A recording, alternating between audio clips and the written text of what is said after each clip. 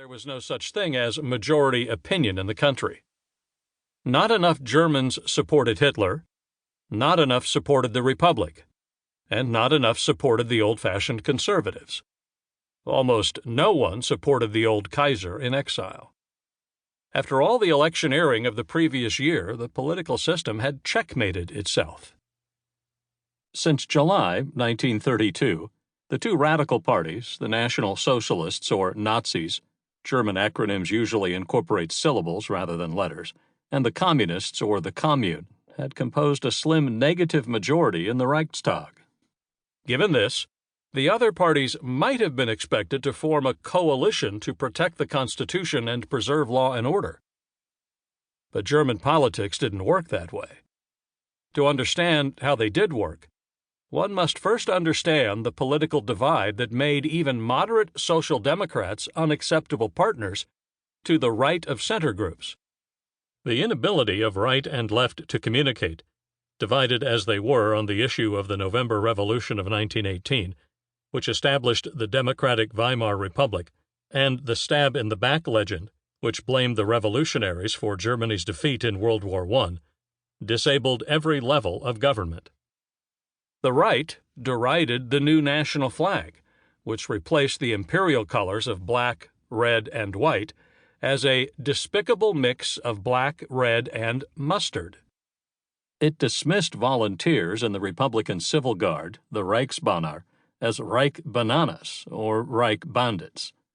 The German right's hatred and dread of the left drove the plot against the Republic and pushed these plotters into the arms of the Nazis.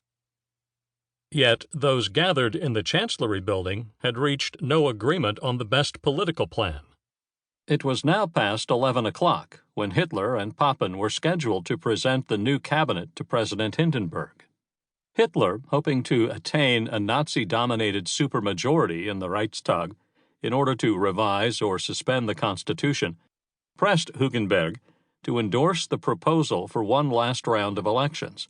As the leader of a relatively small party without modern campaign machinery, Hugenberg refused at the last minute, jeopardizing the plan. Hindenburg was expecting them upstairs. The assembled men felt a real sense of urgency. In the past week, 3 big demonstrations had crowded downtown streets in the capital. Nazi stormtroopers, Sturmabteilung, or SA, on January 22, shouting, "Germany, wake up!" Communists on January 25, Red Front, and Social Democrats on January 29, Freedom.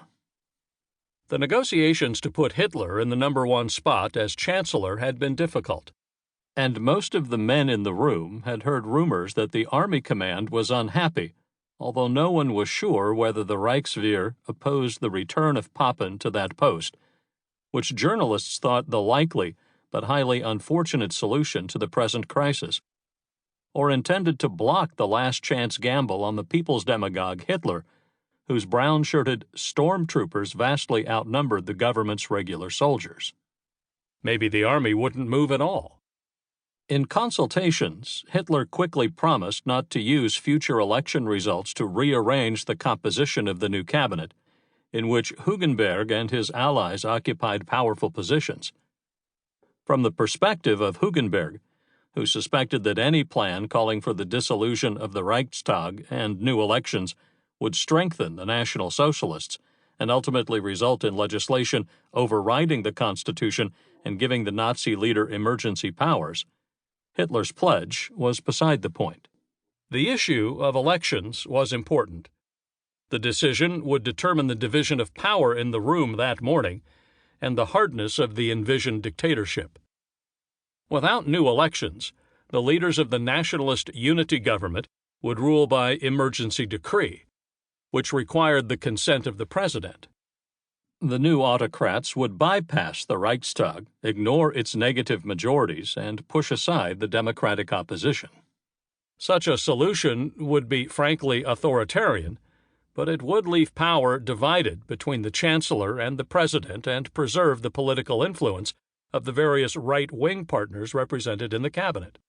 Government structures would remain in place. This was the illegal path to a partial authoritarian.